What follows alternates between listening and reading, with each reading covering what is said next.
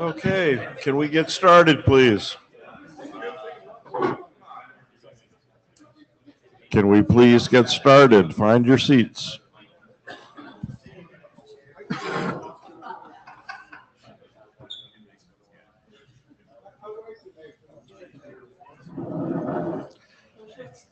Okay, can I have the clicker?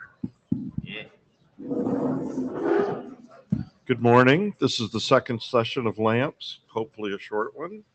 We'll see how much bike shedding happens. The LAMPS note well here. This is the new note well that has the QR code to get to all the documents that explain your rights, your privileges, your responsibilities. If you're going to contribute, please make sure you understand those responsibilities. Please treat each other well. It's okay to disagree with an idea. It's not okay to attack the person who has the idea. Please, please treat each other well.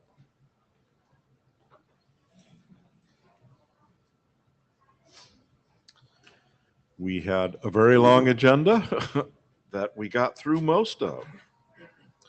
We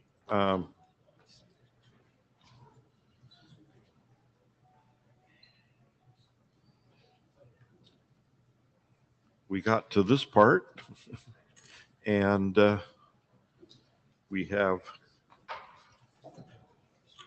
two documents to talk about. One is a request for an EKU for attestation, and one is about one-time signatures. Those were agenda bashes that got added onto the end of this. 7C is the first one, and the other one was an agenda bash. Mike, you're in queue. You're bashing the agenda, perhaps. I am. Hello, Mike Ellsworth. I wonder if I might be permitted to use some any other business time to revisit the private key composite chem thing from Tuesday. We have new information to add. Okay. We'll put that as the third topic then. Any concerns with Mike's agenda bash? Okay, so I think JP, you're first. You're gonna pull up the slides for me. Okay. Thanks. Good morning, everyone. Do you have to...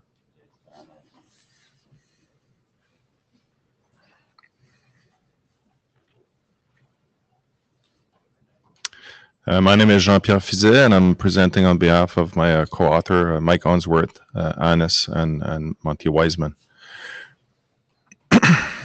I'm here basically at the end. I'm going to tell you what we're looking for is adoption.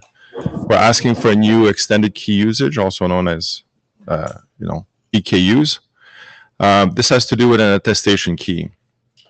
Attestation keys are keys that are used to sign evidence, and so they're digital signature keys, just like any other one. However, their purpose is to be dedicated to signing only evidence. So ultimately, there are situations going to be difficult to create a CSR based on them because you can't use them to basically sign a CSR. So you need to have a proof of possession, which is different. Also, the key is supposed to be controlled only by the attester. Because obviously what you're trying to do as a CA when you endorse an attestation key is to go and say, yeah, this device actually generated the evidence.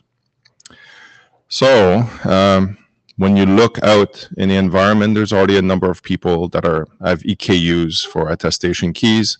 One of them is the TPM.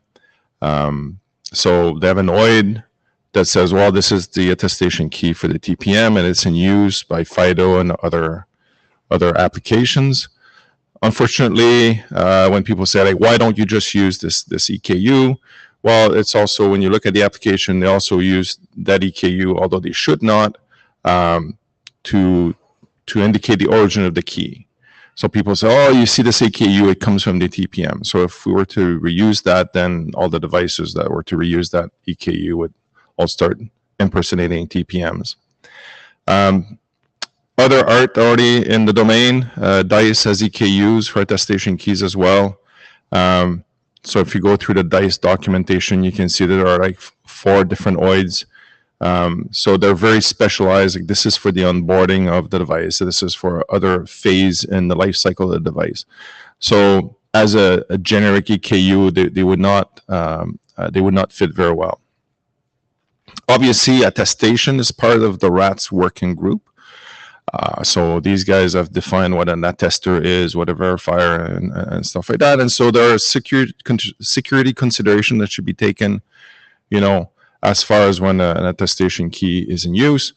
And so the idea would be that somebody looks up the OID associated with the EKU, would find a nice RFC that tells them what are the security consideration associated with that. So again, what are the concerns? What are the things we're thinking about? Obviously, because there's already like a lot of certificates out there with EKUs saying this is an attestation key for a very specialized purpose. We would like this EKU to be flexible enough so that, I'm not saying that anybody else is going to start using our EKU, but if they wanted to mix both of them, they have to be compatible with one another. Saying basically, this EKU says like these are constrained before you endorse a key and so on and so forth. If the TPM key, if the certificate that is being issued works, well, then you could have both, right? And so the constraint we're thinking about is an attestation key should not be used to sign anything else as evidence. It should be under the control of the attester. Probably the CA should make sure that, only that the attester has control of the key and so on and so forth, right?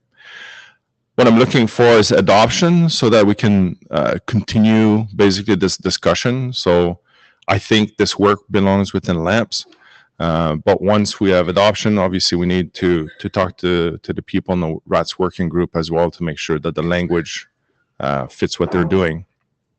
And so I could put that as part of it under work, but then that would be like an EKU that is hidden inside a RATS-like document. I don't think that would be the right thing to do. And that's it. That was a short conversation, and these are the references. I see there's some questions.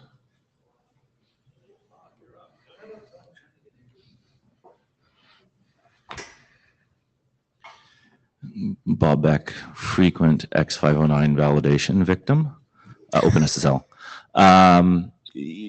This seems like a very, very specialized case of an EKU, as EKUs are, used in and evaluated in handshakes. This either then needs to be ignored in the handshake or dealt with in the handshake by changes to your software.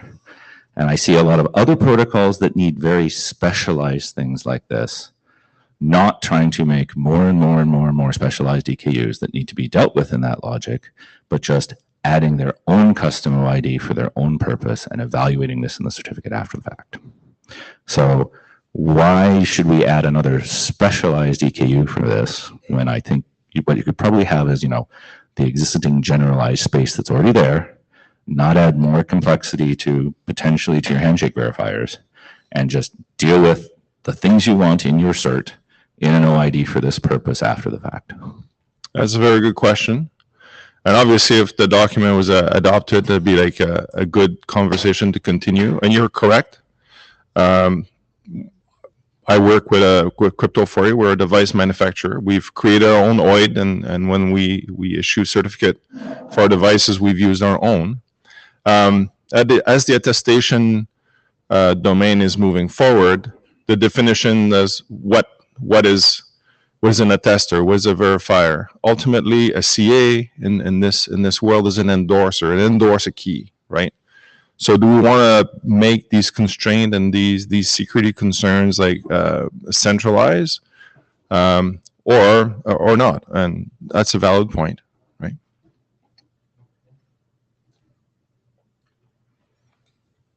TKG. Hi there, Daniel Kahn Gilmore. So can you go back, I think it's 2 slides? This one? Yes, that's exactly it. I'm a little bit concerned about the nature of EKUs and this first constraint you have listed here. This constraint says the attestation key should not be used to sign any data other than evidence. And yet, if I'm reading 5280 correctly, EKUs are additive capabilities. So the implication that I'm seeing from this first constraint is that it must not appear with any other EKUs. That is, if I have a certificate that has this EKU and say document signing, then if I attempt to use the document signing EKU to sign a document, which is not evidence, I'm presuming that there's some clear understanding about the difference between these things, which, you know, there's lots of different angels dancing on the head of the pin there, that I've somehow violated this constraint. And if I'm reading 5280 correctly, it says that you need not recognize all EKUs. So it sounds to me like we will have multiple classes of validator out there, some of which recognize this EKU and would reject a signature over a document from something with document signing and this, and then others which don't recognize this EKU, which would accept a signature from a document signing EKU and this. So I don't see how you achieve the first constraint you're talking about here. Okay, that's a good question. There are a lot of implementation details into this I could go into. Ultimately, as the verifier of the evidence, you're looking for an endorsement saying that, yeah, this key is valid to be generating evidence. Right. So sorry, I'm not actually talking about the situation where we're validating the claim over evidence from one of these EKUs. My point is that you've indicated here that this key shouldn't be used for anything other than evidence. And if we're trying to evaluate a signature over something other than evidence, this EKU implies we should reject such a signature. But because there will be implementations that can evaluate other EKUs that may not know about this one, they will not know to reject the signature based on this EKU, which means we've then split the class of validators in the non-evidence sense of validators into some that will accept because they don't know about this meaning, and some that will reject because they do know about this meaning. And that strikes me as dangerous for the ecosystem, right? We want everybody to be able to implement in the same way.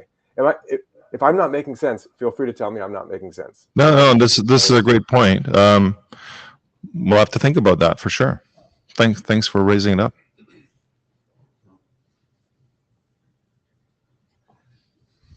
Hi, John Gray. I actually had a question on the second constraint there. So the attestation key should be under the control of the attester. So are you implying the CA, I guess, that will issue the certificate that contains this, will have to do some kind of extra checking? Like it says should, so I guess it's not normative, but it sounds like should's important, right? So is there some guidance you're going to give for them? Like you need attestation right from the key generation of the client all the way up, or is this just a piece fitting into like the rest of the attestation architecture? Yeah. So this is if you're looking at the attestation key that has been produced by a device and used only by the device, you could have some sort of like flag saying like this is what we did with our implementation. We said, okay, like instead of saying sign or encrypt or wrap and unwrap, we've added like a capability of attest. And so ultimately, if you were to get, you know, if you think enough on a long enough timeline, you have an attestation, you have evidence that's coming from a device that is sent over the CSR, this other thing, and then that basically the CA is evaluating whether it should issue this certificate or not. They can look in there and go and say, well, if it's got the attest and it's for a device, then it's good enough. It's under the control of the attester. If we go on a longer timeline and we go and say now the crypto module supports an application, the application wants to generate evidence, right? As far as the crypto module is concerned, this is a signing key. And if anybody has control over a signing key, they could just invent evidence and get it signed. and to a verifier would look just like, a good, good evidence. So then at that point, you have to make sure that the access control of that key is associated with the attester. Now, how is that going to get done? I mean, there's implementation to be done. I'm not trying to write language saying, the implementation should be X, Y, Z. Just we should give policy guideline and say like, this is what should happen. But there are like landmines here that we could step onto, and so just have to try to spell them out as security concerns. Does that make sense? Okay. Monty Wiseman speaking is one of the authors, actually. Okay. I just wanted to kind of highlight, I think you did a good job of just explaining that. And so maybe it wouldn't have come up, but I wanted to emphasize the fact that the purpose of this EKU is to express to any relying party of this, what this thing's signing, that not only is the attester in complete control of this key, but it is in complete control of the stuff that it's signing. In other words, in the previous question, two before me talked about, well, what if I sign a document? We do not want to turn this key into a confused deputy, signing fool, whatever you want to call it, right? So the assurance that this EKU OID is giving the relying party is that someone has asserted that this key can only be used for this particular purpose, as cited in the TPM example.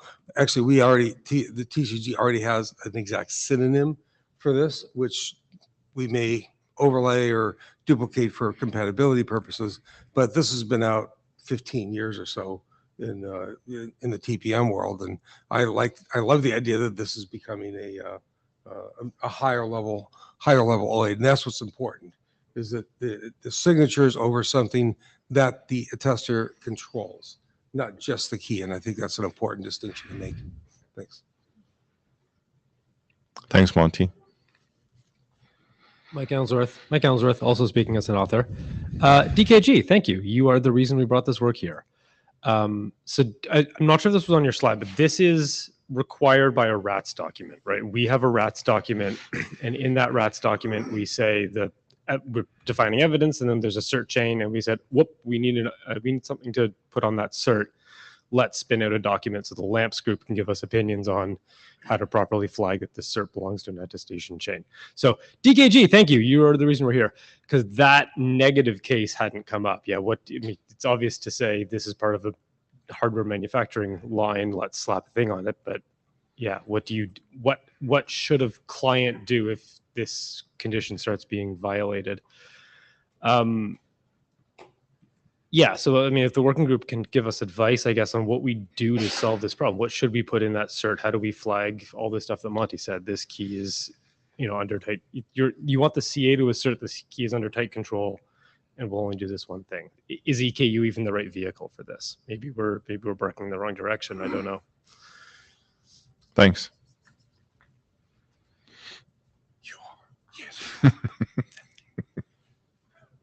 So I'm Deb Cooley. I am your Sec AD, but I'm not talking as Sec AD. I'm talking as just an individual.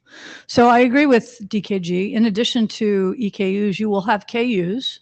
Your KU will likely say digital signature. It will likely be critical. So this key can be used to sign stuff, whatever, right? You'll have a very difficult time controlling what it's not allowed to sign, because that's not in a cert. The other point that I would like to make, you talked about having to do proof of possession via some other mechanism because it can only sign evidence. We have used signing CSRs for proof of possession, even in cases where the key is a encryption key in the RSA case, because an RSA key can be used as a signature key. And so we've done proof of possession that way, even though the KU is key transport and not digital signature. So it is possible to work the POP part of this in some sort of reasonable way without making up fancy special rules for something that is actually a signature key. So I would caution you to keep things simpler in that respect. Well, yeah, but he said it, so. Yeah, I think CMS already allows like ways of doing this. So Yeah, but you CMP. said you would have to do something special for POP. I don't know what slide it was on, because you were. It was not on the slide. I just talked about it, You saying did, that, you know, you did, and I don't yeah. think you need to do that. I think you can use this to sign your CSR. Because CSR signing is not the main purpose of this. It's actually signing attestations, right? Evidence, But yeah. the negative part of this, like it only can be used to sign evidence, is going to be very, very difficult Okay. to do. Thanks. Hi, Stefan Santersson. Also co-author of 5280. I don't know if it counts for anything, but yeah, it's a little bit low, but I try. So an EQU is a framework, and you have to define an EQU in line with that framework. And that framework lets you tell you what the key is for, not what it's not for. And that's sort of important. So you have to be within that, in that framework. So the EQ framework says that any EQ that is declared, the key is good for all of those usages. So you're not allowed to say not for any other purposes. Yeah. It feels like I've reached the right working group. It's great. Thank you. Hi, Mike St. John's. Two comments. One, on the constraints. I put this on the list before, and I just want to explain this a little bit more. The attestation key does not need to be under the control of the attester. It just needs to be a key that the attestation engine will not let to sign anything else. Okay, because there are attestation keys that are going to come with a box, and they can be used to attest the state of any key in the box or the state of the machine itself, as opposed to being something under control of an individual user. Just again, that's one of the models for manufacturing. The other one is for the EKU, pairing that with a policy object and only having that and requiring both of those things be in there allows you to say that a given CA is the only CA that can issue EK attestation key certificates. And you don't allow people to pay attention to the EKU unless, for the verification purposes, unless the policies are also asserted. So with respect to the signing stuff that I think Deb was talking about,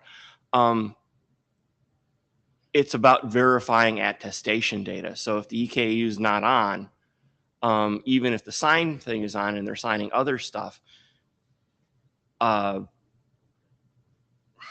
sorry, how do I want to put this? The key shouldn't be able to do that because it should be enforced by the attestation engine. But the digital signature stuff, it shouldn't happen. The EKU should be a statement that that can't happen. Okay.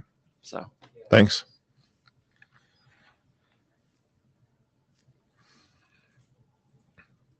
Mike Elmsworth again as an author. And yeah, I think Mike St. John's is on, right? And if EKU is the wrong mechanism, we should doing a policyoid instead. We can flip the document to be a policyoid.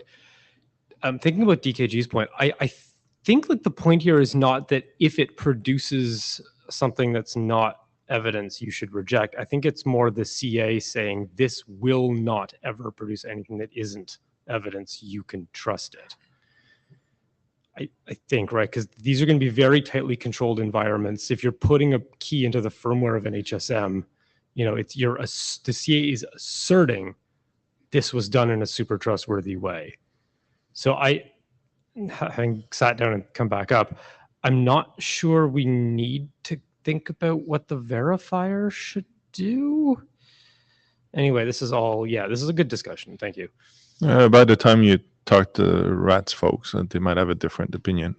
So, I mean, I think Mike is RATS folks as well, but I just don't think EKU, if you want to assert this constraint, I don't think EKU is the way to do it. So thinking about this a little bit more and with the discussion in the chat, it looks to me like what you actually want is a novel extension that is marked as critical. And I say this because I'm really not thinking about the situation where this is being deployed in the way y'all are thinking about it being deployed. We're thinking about it from the perspective of what is a verifier supposed to do with this thing? And if the answer is somehow someone sneaks in a certificate that isn't deployed the way y'all are thinking it's going to be deployed, You have to treat that certificate and think about how the verifiers deal with it separately. And if I could make a certificate that has this confusing property where some implementations know to reject certain use cases and others don't, that's a problem. And we can't fix all the verifiers in the world. The verifiers are out there. But what the verifiers do know how to do, in theory, according to the specs, is reject certificates that have critical extensions that they don't understand. Now that's an interesting angle. Thank you. And just one more thought. When Mike says, I don't know if this has any impact for the verifier, if it doesn't have an impact for the verifier, don't put it in the cert. The whole point of a cert is to communicate semantics to the verifier.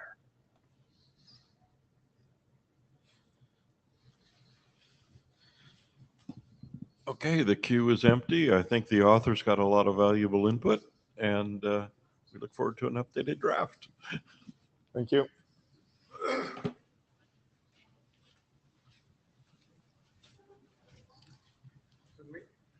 It is. Let's adjust the height.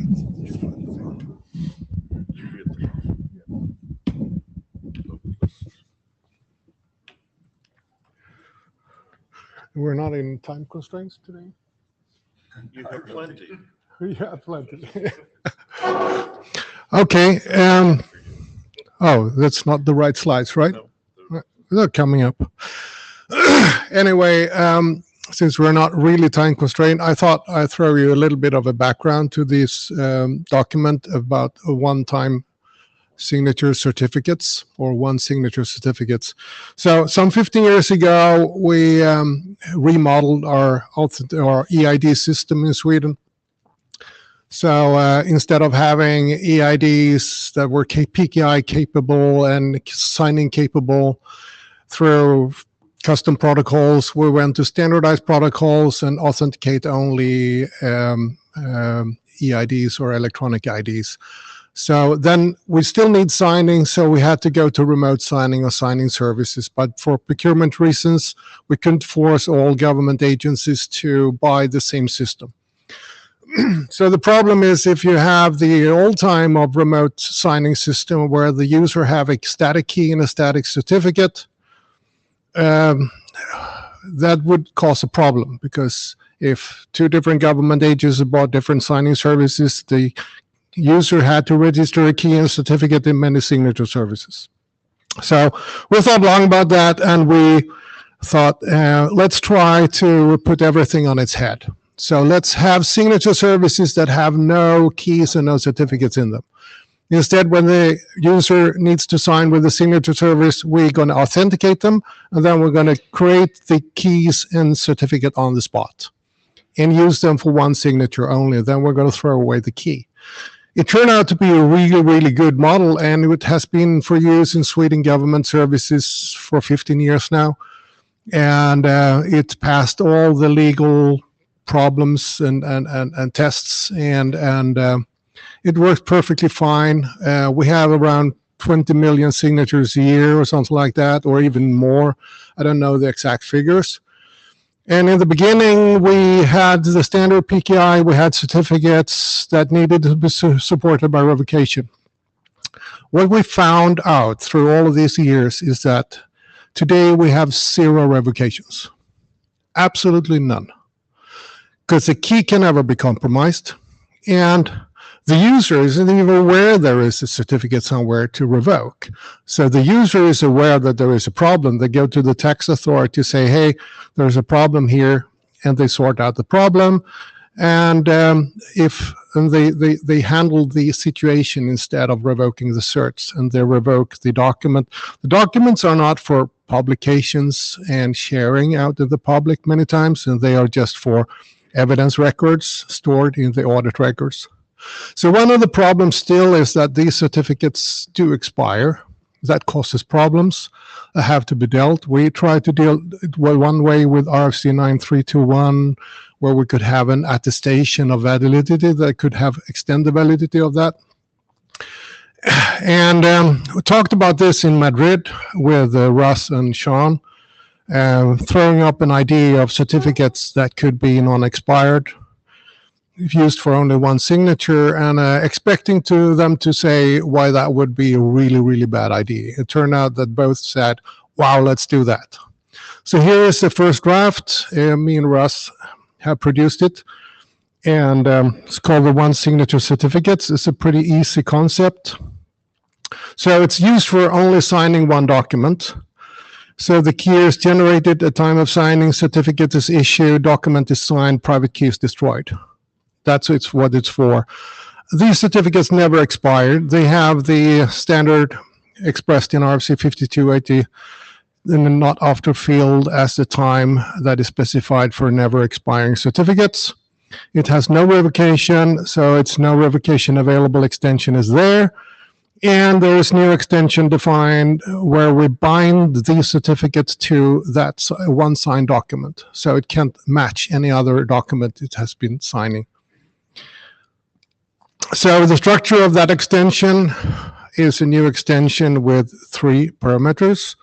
That's the hash of the to be signed data that we want to bind. There is a hash algorithm, digest algorithm identifier, and a binding type. That's how we calculated the hash on the document. It turns out that you need to have some tricks in your box because some signatures may contain a reference to the certificates, and that would be a circular dependency that we can't do. We don't have the certificate before we create this, obviously. So the default one, in most cases, you can just have the same data that you sign with a signature. That's the default if you don't put any in there. For the ETSI signature standards, CADIS and XADIS, you would have to take out the reference to the signing certificate. It's a pretty easy operation. And for JOT and JWS and COSI, which might have certificates in the protected header, it's fine to do the hash on the payload only. So that's like sort of the idea right now. It's to the easiest possible way.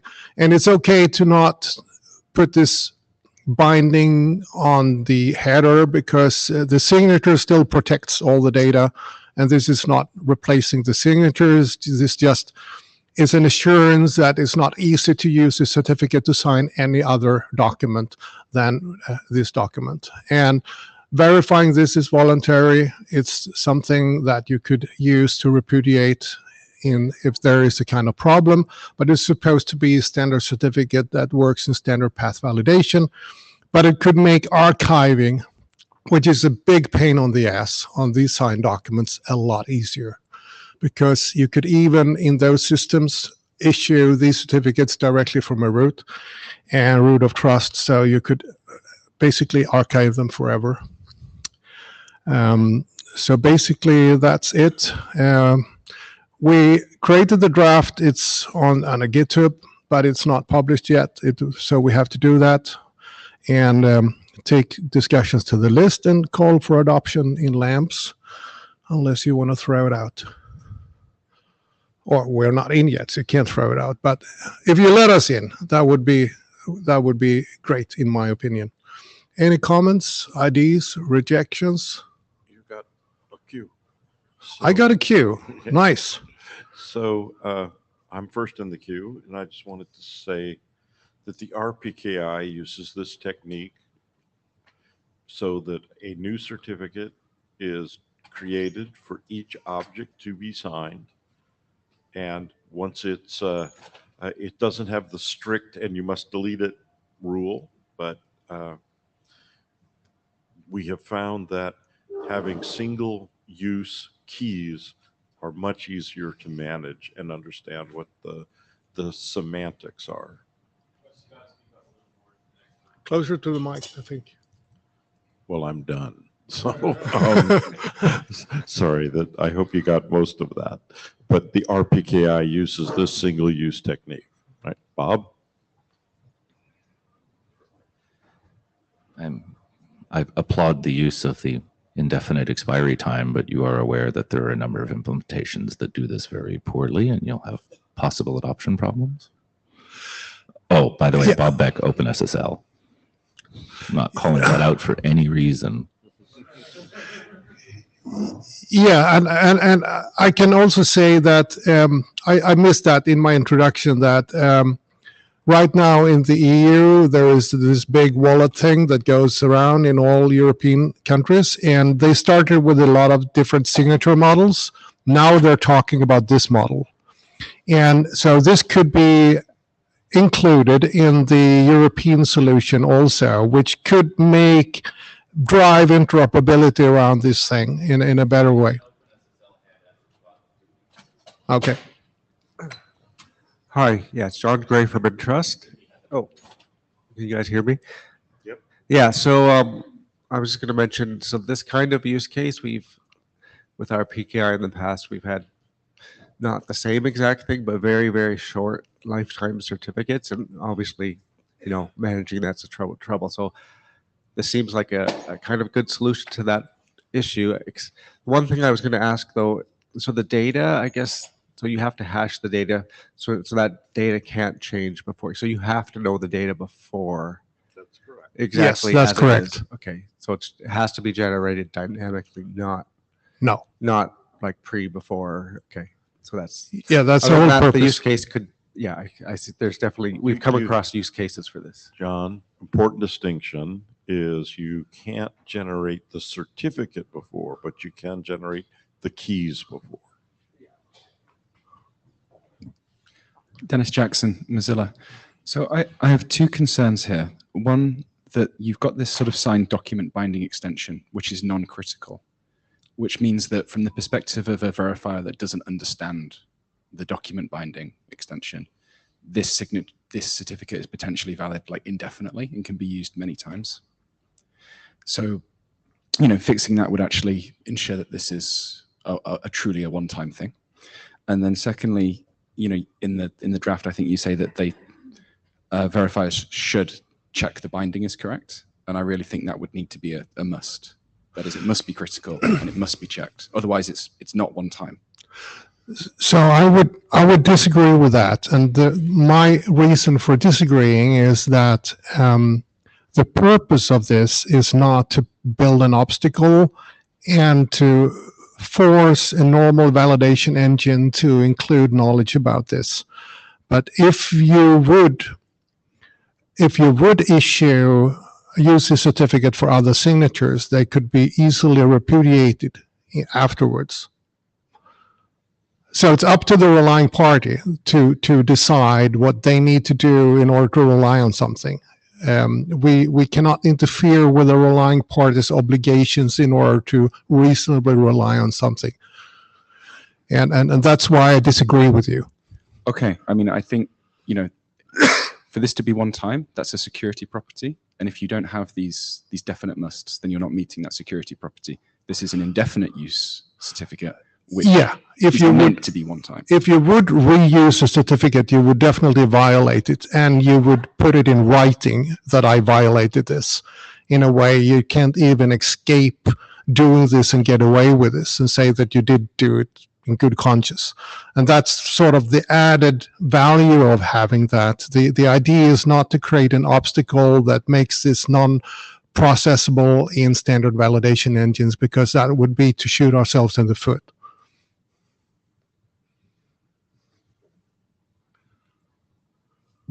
Hi, Daniel. So just for me, I think that has been answered already, but the hash of the document is in the certificate. Am I correct? Yes. Yes. Okay. And then regarding, the should and must, I think I'm more having constraints on to ensure that the validation is exactly meet what we expect from the validator, and not to be loose about this one-time use. Or so I think I'm more on the side of Dennis on. So this is up for discussion, of course, but the current proposal is that it can be critical. So if you're a CEA and you would like to ban anyone from validating this without checking that it's okay for the document, you can do that. You can set it critical. If you want to create something that creates a mark that we get cached in a later process with the judges, you can do that, but still allow standard validation process to process this document because it's a valid signature.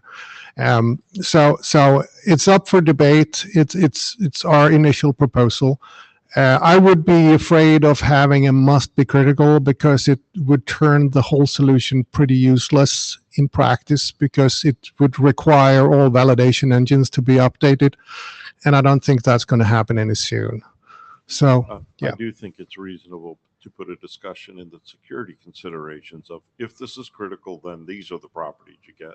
If this is Closer not to the critical, mic. I think it would be very useful to put a discussion in the security considerations that says, if this is critical, these are the properties you get. If this is not critical, these are the properties you get. Yeah. I agree with that. QMT? DKG? Yep.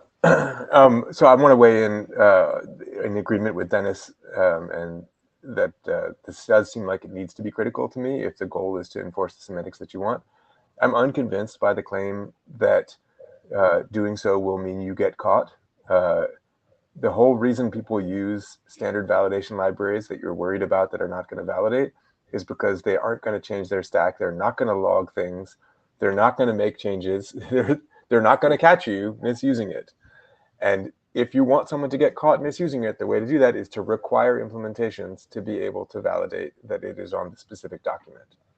Note, I can't imagine an implementation that would be willing to log and retain a transcript of the hashes of the documents that are signed with every signature to be able to identify such a misuse that could then report it to a judge that wouldn't actually be able to do the implementation that you're describing here, which is to verify the thing.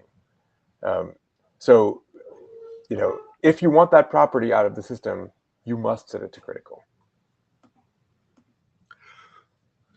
Yeah, thank you for the input. I think it's a valid issue to discuss. And I think that if it's a good discussion to have on the list, I think. All right, I'm in the queue as myself, chair hat off. I just wanted to mention that the code signing working group at the CA Browser Forum has also showed a lot of interest in these types of one-time signing models because of the fact that you can revoke certificates but not signatures.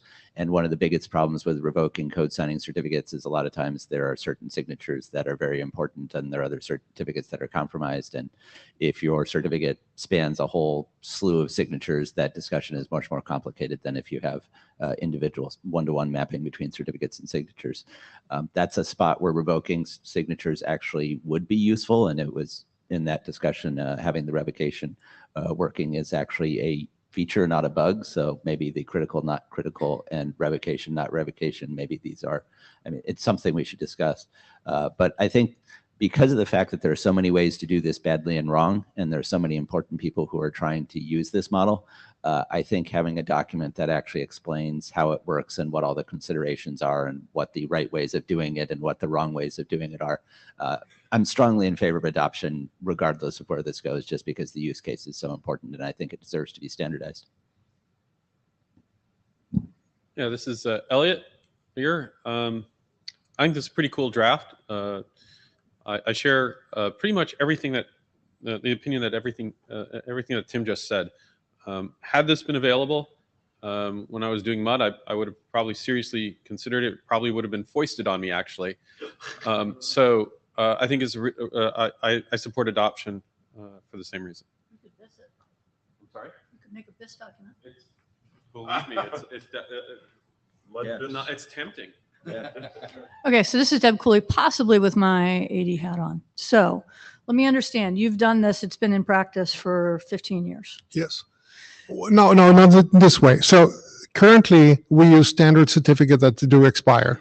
So this is an idea. This is update. what we would like to go to. To update.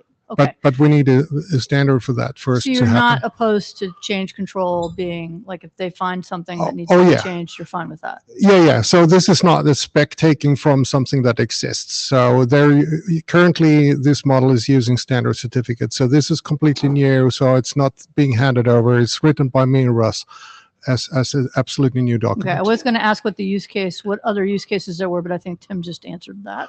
Oh, So yeah. I'm good with that. I was just curious about, like, where we were with change control. No, this is not a rubber stamping of a previous work. This is Okay. completely new original work. Awesome, thank you. Thank you for that question. So we're done. The queue is empty. I think the getting the 0 posted and then maybe making a rev based on this feedback is, and I like Tim's idea of with rev, without rev. That gives the that gives the various different use cases legs. So, all right, Mike Owensworth, you have no slides though, right? Correct. No slides. Yeah.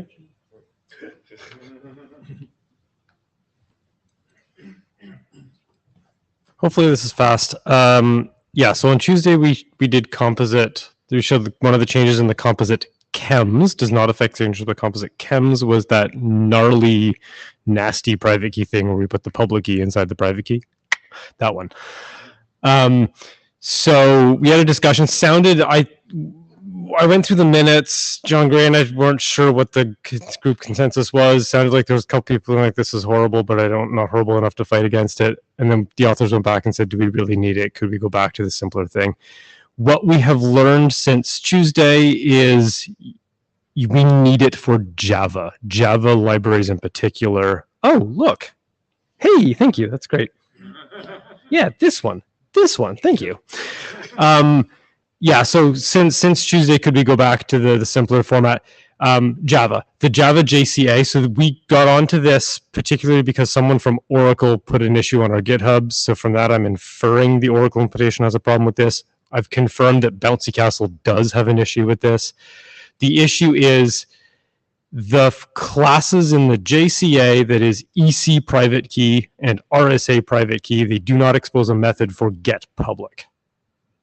Right. So if you're trying to implement composites on top, and we took as a design requirement, I'll remind the working group, we took as a design requirement for this, if you have a FIPS certified traditional module, don't change it, right? We don't want to force you to make changes.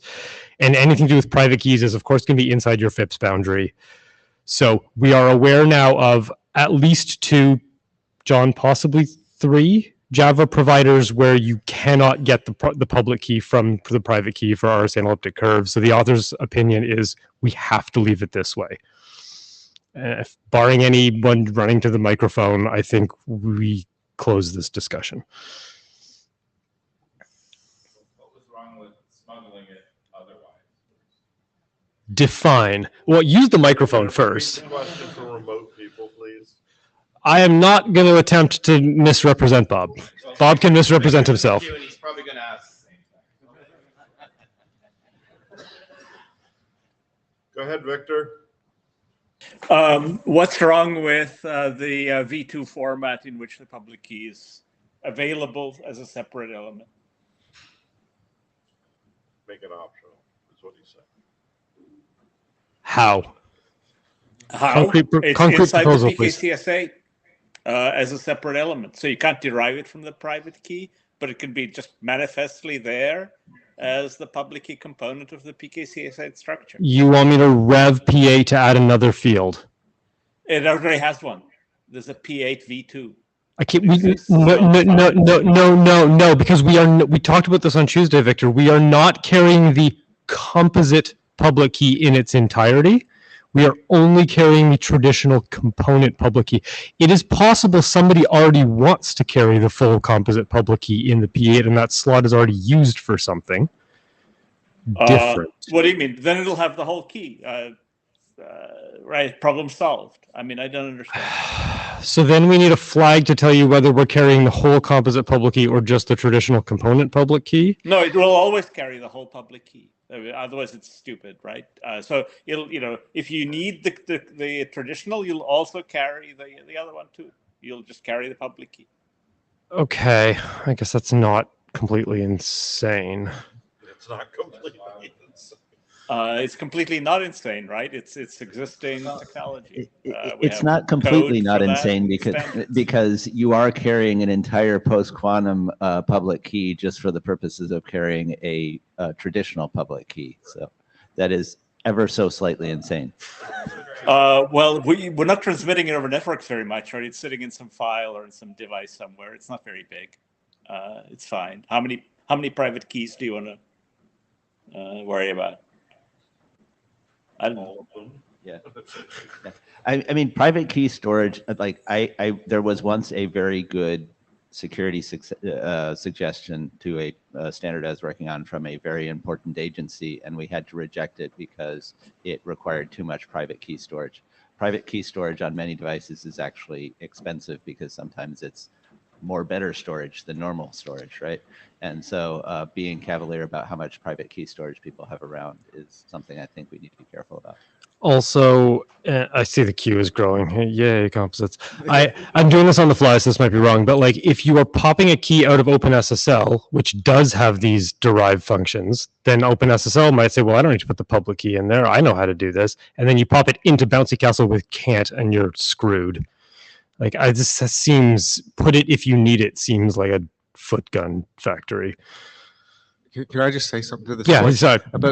So we have use cases where we carry full decryption key history, right, for users, like could be years and years.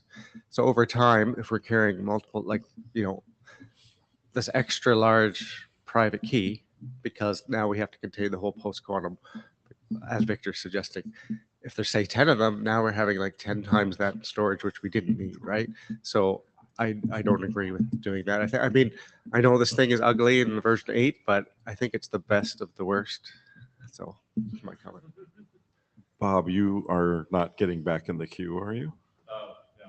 Okay, thank you. Dennis. So I think from the earlier meeting, it wasn't so much, as you kind of said, the private key is, there's a bit of a license to go your own way.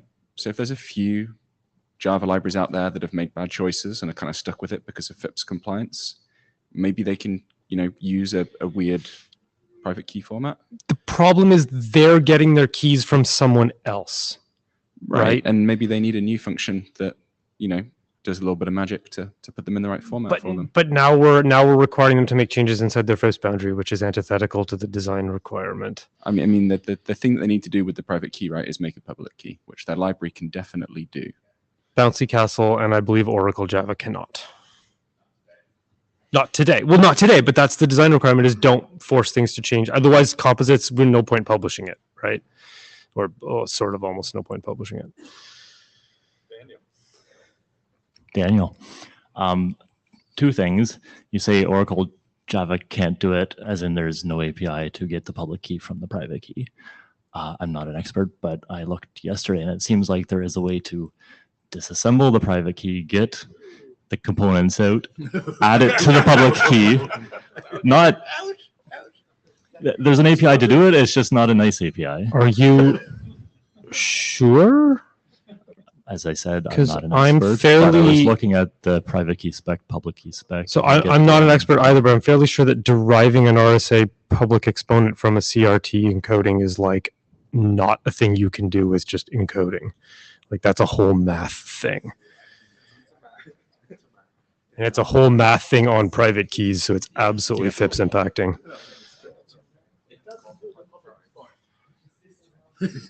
Right, sorry, actually, yeah, you're right. I might have missed the one thing with the exponent where you can't get that out of the private key. It's only in the public key. Second point, when it was suggested to use V2 of the private key format to put the public, to keep the public key of the composite signature, or of the composite key, you would then have, and this is a clarification question, you would then have to pull the traditional public key out of that composite public key to actually throw it into the chem encoder, unless someone's proposing to put the entire composite public key into the chem combiner right here. So if you're not proposing that, then you have to have a way to disassemble your composite public key to pull out the traditional public key. And is that also causing problems?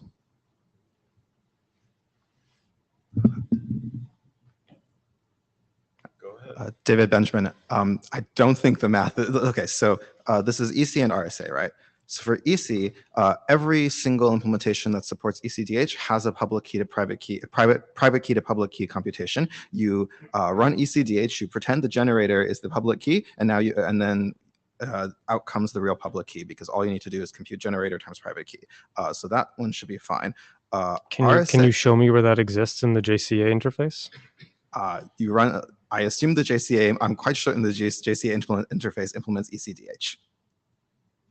Oh, I see. You literally run ECDH, where the pure public key is the generator, and that is the same operation as computing the public key from the private key. Okay. For RSA, I'm assuming that the encoding is the normal, the ASN1 RSA private key CRT thing. That has E in it. And in fact, the Java RSA CRT private key class has a get public exponent function. It's only the non-CRT one that lacks the public exponent. So that one should also be fine. Also, if you don't have the public exponent, a perfect implementation is return 65537. And if that doesn't work, return 3. It's an almost perfect. Yeah. I mean, okay, I hope it is always return 65537. But if it didn't work, probably the library was ridiculous and used 3.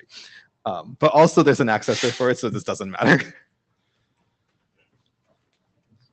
All right, do we list this? Sounds like I need help from some experts. Yes. Also, I'm sorry, I can't find the tool. Sophie Schmidt, Google. Also, these are, as we've discussed, it's a new scheme. No existing key should be used for them. So how about we just write into the spec that the exponent for RSA is always 65,537? No new keys. No new keys is not the same statement as no new software. Yes, but I think every existing software supports exponent 65,537. At least I would hope so. Otherwise, that software would really need to be updated. We litigated this already earlier this year, and the authors said, so around Madrid, when we were asked to lock down the encodings, we litigated this point already, and the draft says should use 65537, 6655 should, and we landed on should for that. And I forget honestly what the counterexample was, but we didn't make it a must, and someone screamed at us about that. Okay, I don't want to if relitigate should, that. Then maybe it's just a should, and Java will have to have an implicit must. Is that something we can live with? Because, I don't know how many keys there are that are still coppersmith attackable, but these keys are coppersmith attackable if they're not using F4, or they're very slow. So I would prefer if we just went with that. And yeah, for elliptic curves, I need to find where the code is, but I'm pretty sure we have that in Tink. For Java to get the public key. It's just the key agreement API that you use for that. It exists in the Java API to get an AC public key from the private key. It's just a little bit hidden. I can put that in the chat. I see Scott's in queue. I'm going to borrow Tim's chair hat and ask, can I get a small group of people who understand this stuff to just help me sort this out offline? And maybe we'll take this off mic. Can I get show of hands of who I can throw into a group's email to sort this out? I'm volunteering Sophie, Chris. Yeah, David Benjamin. Just did someone write that list down? Yeah, it was. I saw David Benjamin. I saw Scott Fleur. I saw Chris, John Gray, Chris, Sophie K. Chris. Who was over there? Chris. Chris. Yeah, thank you. Okay. Include David Hook probably for Bouncy Castle. That should cover your Java angle. Yeah, reach out to him if he wants to join, and also ask on the mailing list if anybody else wants to join. You'll probably get a couple of other good people. DKG. I just wanted to say that the folks that you are really going to need for this are the folks who are going to claim that they have to do what 08 uses. So you can get a bunch of people together who can figure out how to do it with the things that we know about. But if there's someone who says, I can't do it with my existing FIPS module, but I can't tell you anymore because my module is a trade secret or something like that, I think we have to have an answer to them. And the answer to them, in my opinion, is either show us the interface that you have and we'll help you figure out how to do it, or go away, we're not building this for you. So it turns out we have in chat Sean Mullen, who apparently is the Java security lead for Oracle, and apparently they're going to discuss this at Oracle, and so they would probably be a great person to have participating as well. Yeah, I was just going to say I work on a Java cryptographic toolkit at Entrust, and I can do it. I mean, 8's easier for the implementation, but it's definitely doable, right? It's because we have access to all the private stuff, so we can do it. I prefer 8 because it's just easier, but you know, if everyone decides not to, it's doable. That's I guess what I'm saying.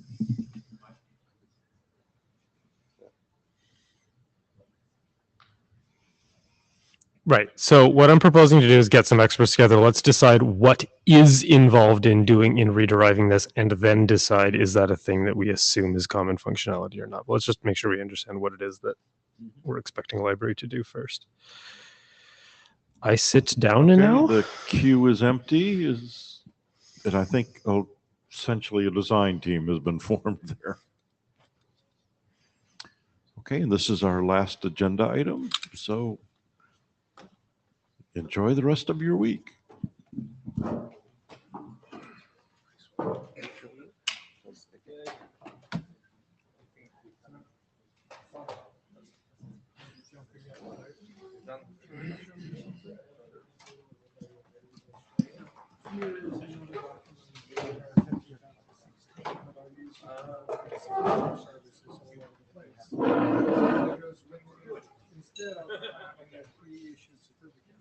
Oh yeah. This extension tells you how you do it.